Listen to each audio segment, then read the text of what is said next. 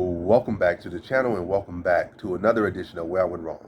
And in this edition of Where I Went Wrong, I'll be doing Where I Went Wrong, UFC Fight Night, Jan versus Dvalishvili. So let's get into it. So I'm going to start with 8-5, 8-13. Not bad. As far as a bad card or a card that's not among my best, that's a very good thing to have to say that this is one of your worst cards of the year, with like your second worst card of the year. Another one's been outside of maybe another one with like all above 70%. So that's a good feather in my cap. Also, card where like 5 dogs won. I think I held it pretty well. I think I picked some good dogs here, but yeah, this is where I went wrong, not where I went right. So where I went wrong, let's get into it. 8-5. Let's get to the 5 L's. The first L was JJ Aldrich versus Ariane Lipski. And with this one, I like could see the angle for Ariane Lipski to win, but couldn't get behind her due to her inconsistency. So, like, let me just go to the, if you're not gonna show me really any consistency, let me go to the woman that has shown at least a more consistency, who has overall fared better. And also, it's nice she's coming off pretty decent performances in losses to top-notch competition. So I was like, oh, let me lean to her. But I could definitely see the case where it's like styles make fights. JJ Aldrich, she could fill that gap. Like, she could do well against grapplers who try to strike, or, she could stuff their takedowns and outstrike them. But Ariel Lipski, I feel, was the cleaner, more technical striker, or at least it was relatively close. That she would be to have some success with the grappling. I don't think she would have the success that maybe fighters maybe she could beat that are more stronger grapplers. Like the in between, like she could be the in between, she could be those better grapplers who don't have the striking yet, maybe. Whereas Ariane Lipski would get tooled by those same grapplers because her grappling, her wrestling defense isn't the greatest. But the stylistic match where it filled in was that yes, Jade Aldrich could beat those fighters, but Jade Aldrich herself could have had the success as far as grappling in this fight. So she didn't get to fight to the mat, and she really just got outstruck and outclassed that one in this fight. I'm not saying she didn't have a put up a fight, but it was clear Ariane Lipski was in the driver's seat the whole time, dominating the fight to a decision victory. So yeah, it was a stylistic case where Ariane Lipski was able to, yes, she might not be able to beat some of the rest of them, maybe you could beat, but she could beat you, she could stuff your takedowns, and she's the better striker than you, and that's what she showed in that fight.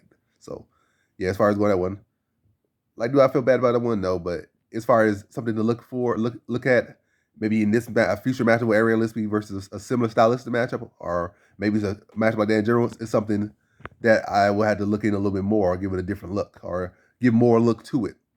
But is it one you feel bad about? No, you don't feel bad about it because, yeah, it's like you can't really trust people who are skinny too much like that. But yeah, it is what it is. But going forward, I think Lipski, yeah, I know where she feels in. Like going with grappler, probably a submission stoppage loss for her. Going there with a fighter who probably primarily a striker who's not among the upper echelon strikers. I feel Lipski could definitely pull upsets off like that. And probably won't even be the upset at this point. They're probably gonna have her at pick 'em odds now in striking matchups against lesser strikers. Yeah, middle of the pack, lower of the pack strikers. But yeah, that's the first L. Second L, let's go to the second L. Tony Gravely versus Victor Henry. And with this one, I was trying to force a dog here, like really trying to force a dog. You saw it from low confidence. I knew I don't know, Gravely held up pretty well, but it definitely looked like Henry was just out there more comfortable the whole time. Like the Gravely put up a good fight, but Henry was just flowing more, was able to address the wrestling pretty well. Yeah, Gravely had moments and stuff. He was in a competitive fight, but ultimately, Henry's pace was too much for him. It was able to outwork him, outpace him, and out volume. It just looked smoother on the feet, and overall, it looked more comfortable. It's like Gravely would just really try to force and push his shots out there and shoot and try to force his takedowns, but couldn't really get no control, couldn't really have no success there. But yeah, very competitive fighting. Was ultimately a split decision, but I think the right man won, and I think it was clear. Yeah, you gotta know what matchups that Henry loses, I guess. Do I think Henry's gonna be this great top talent and rise up the division and go for a title shot? I don't think so.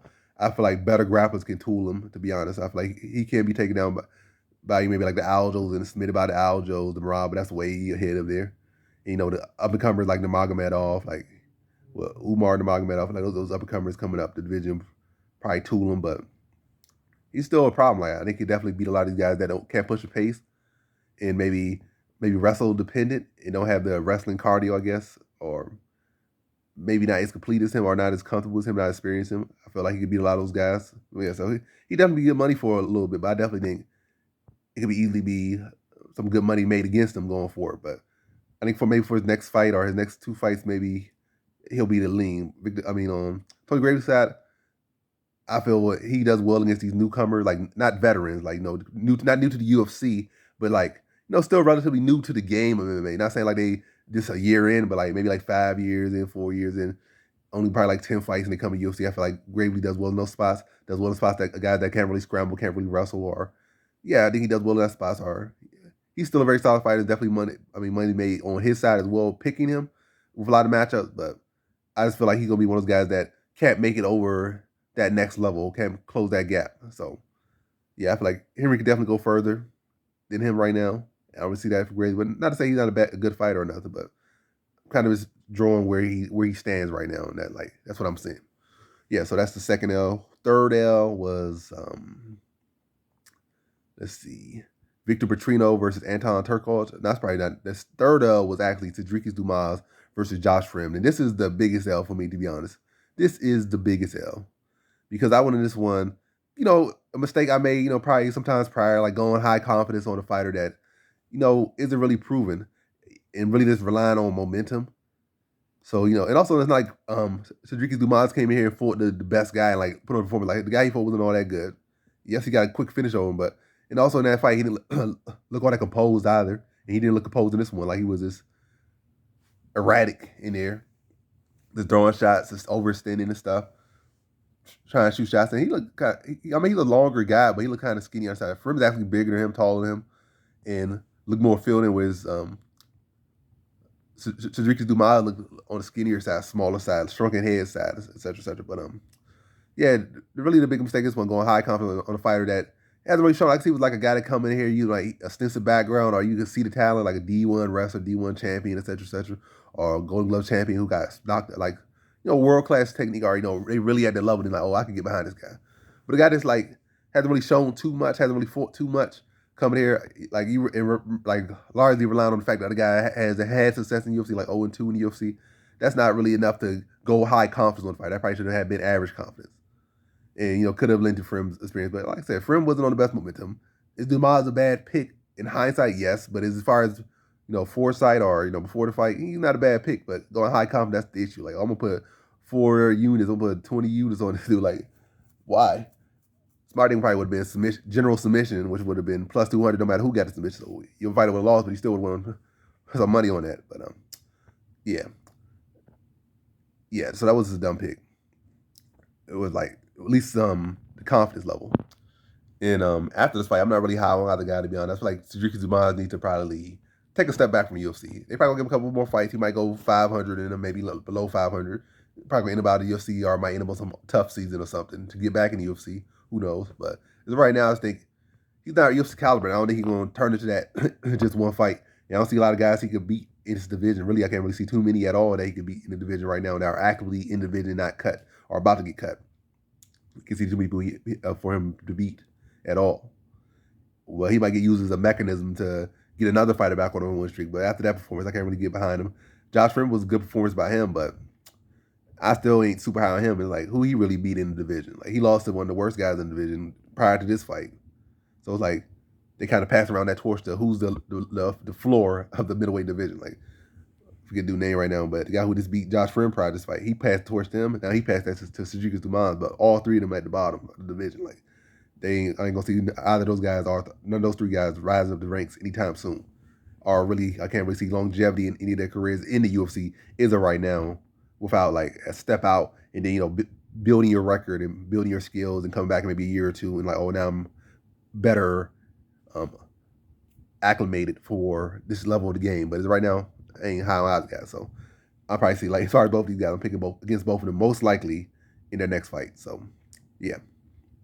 All right, that's 3 L's. So now the fourth L was Victor Petrino versus Victor Petrino versus Anton Turkov. Turkov got an L here. It was a decision victory for Victor Petrino. I kind of leaned to the grappling of and aggressiveness and the wrestling of Turkov. Was he the most skilled guy? I definitely say he's not the most skilled guy. He's not the most technical guy, but he's still pretty young. He pushes a good pace, and I feel like that could be issue for Petrino. Like he could slow down, which he did, but he didn't slow down enough, and he would have some good first round, did more damage, but he did start to fade off, but still was like that, was able to hold on and do just enough to get his hand raised in the decision. I think Petrino showed better wrestling defense than prior, showed better grappling defense, showed better overall grappling in that one. And like his cardio held up well. Like, probably one of the first times you really went some rounds and like I said, it was a hard fight, but that's gonna make you a better fighter. But yeah. I guess maybe the thing to learn this one is that truly got some solid skills. It's hard to lean behind him. Like I feel like let's be honest, Turkov don't have any real true solid skills. His striking is abysmal, and his grappling is like it's passable. Like he getting by on like a rusty car. It works at a level, but at the top level, it's gonna get exploited pretty badly, like real bad.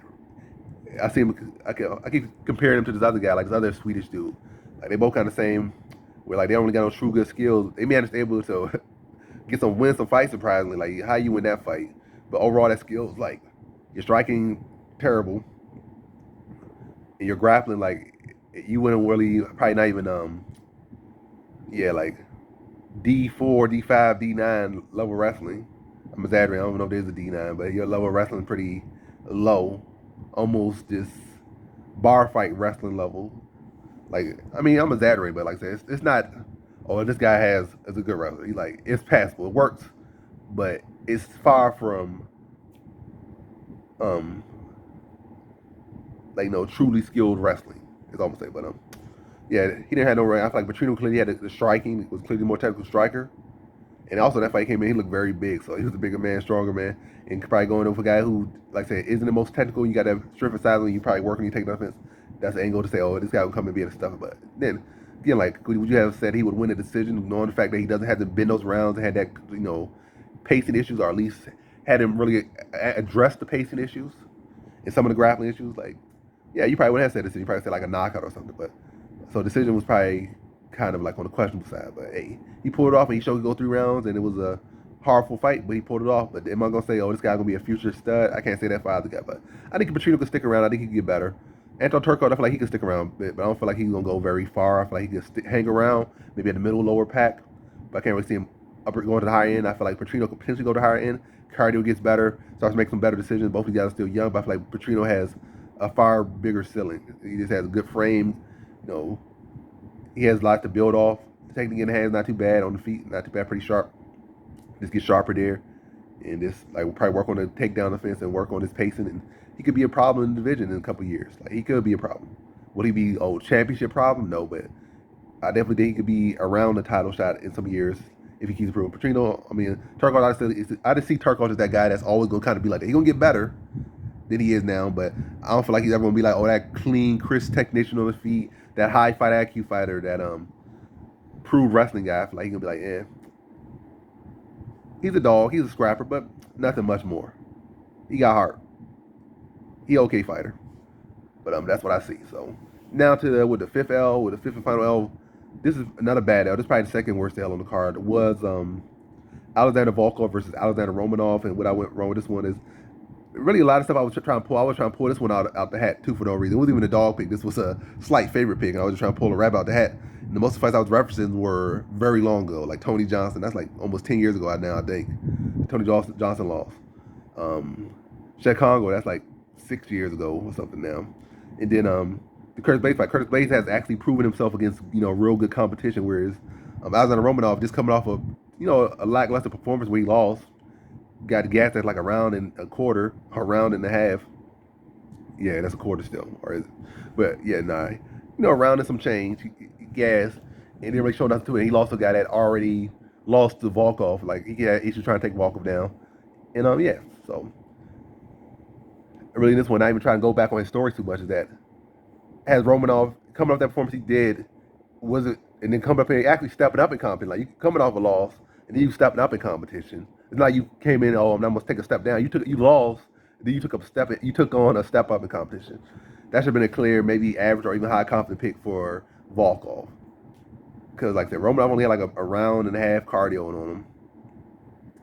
Yeah, like a round and a half cardio on him. A round and some change on him. Not Volkov, I said Romanov or Volkov. Romanov only had like a round and a quarter, a round and some change on him. And Volkov has had, fought much better competition. He has had, beating some grapplers and stuff. And yeah, so if Romanov would have to put him away early to win, if you're gonna pick decision, that's kind of a tough out, especially when he's unproven. So should have went with the clearly more proven guy that won, and probably was second round TKO should have been Mark. It was a first round TKO. We probably should have been second round TKO. It probably should have been like, if you're gonna bet maybe under 1.5 or something, that probably would have really been money. Or first round, if you're really gonna lean Romanov, maybe first round finishes in the first round. and then that would hit regardless of who got the first round finish. But hey, it is what it is. Gonna take it as a lesson, not a loss, or take these as lessons, not losses, and roll us into the next card. Like, ultimately, don't feel too bad about the card. Also, let's go to the final fight. Went right on this one. Peter Yan versus Merab Dvalishvili. Probably should have went with more confidence. I went like low confidence, but Merab looked like lot confidence out there. He picked apart. He just out wrestled, out grind, out fought Peter Yan and kept him on the back foot. He did everything you need to do to beat Peter Yan. Like, Peter Yan's not that threatening going back at all. Like, I feel like he's a low level fighter when you push him backwards. When he's on the front foot, he's a monster. When he's on the back foot, he's like not even UFC level, to be honest. Like, he's durable, has defensive skills, but as far as overall success rate, he's not UFC caliber when you put him on the back foot. And Rob did that, and he mixed the takedowns and froze him up, wore him down, beat him to a decision, swallowed his app. Good performance by Merab Dvalishvili. And he could definitely be a problem for it. He definitely is a problem for this division and anyone in this division. Probably even at, you can say anybody from 125 want to come, he a problem for you. And largely, a lot of people at 145, he a problem for you as well. This guy's a monster. He got the most insane wrestling cardio I've ever seen in my life. So this guy's a monster, and I think he'll do well. Peter Yan on his side, I feel he could definitely win some fights, but he got to stick away from he don't got to stick away from the grappling. I feel like a lot of these other grapplers don't got, like, nobody got the cardio Rob Dvalishvili really got. But striking matchups, and maybe some cardio issue wrestlers got like 4 good takedown attempts in them. I feel like Peter Yan would put them out and start building up a streak. Like, he's still very much high caliber, but his chances at a title are looking slimmer and slimmer. Like, getting that title back and looking slimmer and slimmer. But he definitely can win some fights, stack some wins back again. There's not really many people in the division that will beat him. Is it right now? Fast forward like 2 years, it's gonna be a lot more people that will beat him. Was it right now for the next maybe year or two? I feel he could beat a lot of these other people in the division that's like not the. Well, he could definitely be eligible in the rematch if he gets that. Right now, it's not looking like that. Not gonna beat Merab anytime soon. Well, he never gonna beat Merab in my opinion. But hey, it happens. He not gonna beat Merab. And he could definitely beat Sean O'Malley in the rematch, possibly. But I'm not even going on all that stuff. But nonetheless, Peter Yan still feel like he's in a decent spot. But I think the issue as far as getting that title back, he's not in the best position. Is all I'm gonna say. He's gonna need some people, some grapplers to lose to some other people maybe, or lose to each other. Somebody get injured, then maybe that opens up. But as long as more and more grapplers start to come up in the rankings that can really mix it up and chain wrestle and chain in grappling, I feel like there'll be issues for him. And also with more people following the path to beat him, it's only going to become harder and harder for him to get those wins. But right now, like I said, I feel there's a lot of people in the division. Matter of fact, a large majority of people, probably like less than 1% people in the division beating him, or something like that. But then that's the whole sport. So if it's probably a smaller thing, because probably like 50 people in the weight class, and probably so it had to be more than 1%, because it's not like it's 100 people or something. No, it's not like it's 200, 300 people. It's like 60, 70, something like that. But this video is dragging. We're 8-5, not too shabby. 8-13, and only going to take these losses as lessons and look to roll into the next card and do even better. And that's the video. Thanks for watching. Like, comment, subscribe, and come back for more videos. Peace.